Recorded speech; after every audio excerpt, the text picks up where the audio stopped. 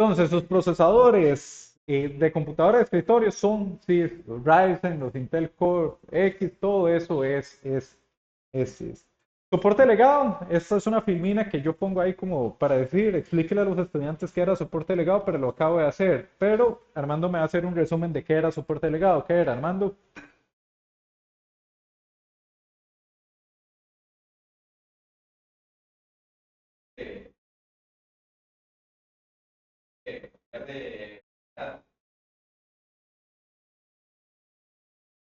Tu software viejo corre en el procesador nuevo. Eso es soporte legado, básicamente.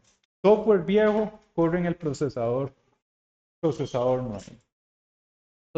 vamos a tener eso por ahí. El Intel 4004 fue el primer microprocesador. Entonces, Sofía, si usted se va, digamos, un día que no pueda dormir, no puede dormir a la medianoche, usted se pone a googlear, dice, ya se voy a ver cuál fue el primer procesador. Si usted se pone a googlear eso, se da cuenta de que hubo procesadores anteriores al Intel 4004. Entonces usted viene y me pregunta, pero profesor, usted dijo que ese fue el primer microprocesador, pero yo vi que, por ejemplo, estuvo la ENIAC en los 50 o la ESMA que tenía sus procesadores. ¿Por qué usted dijo eso? La diferencia es el micro. El 4004 fue el primer microprocesador. ¿Qué significa micro, Saballo? Que es pequeñito, ¿saben? Pero a nivel práctico, ¿qué significa que sea micro? ¿Qué es la diferencia entre un microprocesador a un procesador? ¿Qué se te viene a la mente? Muy bien, dígame diferencia de tamaños entre uno y otro.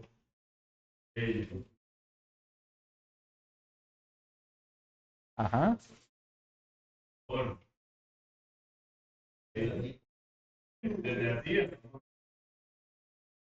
Sí, desde así está más grande, es una buena descripción. El concepto micro es contenido, ojo, micro es contenido en un circuito integrado, esa fue la innovación.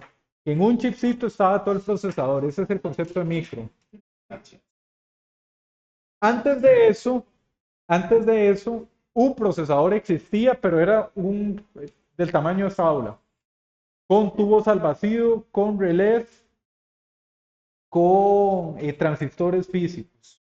Entonces eran cosas más grandes. El avance de Intel fue lograr meterlo en un circuito integrado. De ahí nace el microprocesador, pues toda la revolución que tuvimos. Las computadoras digitales existen mucho antes que eso, pero eran aparatos súper grandes, enormes, que consumían un montón de corriente eléctrica. Entonces, primer procesador en un chip integrado, primer procesador disponible comercialmente, lanzado en 1971.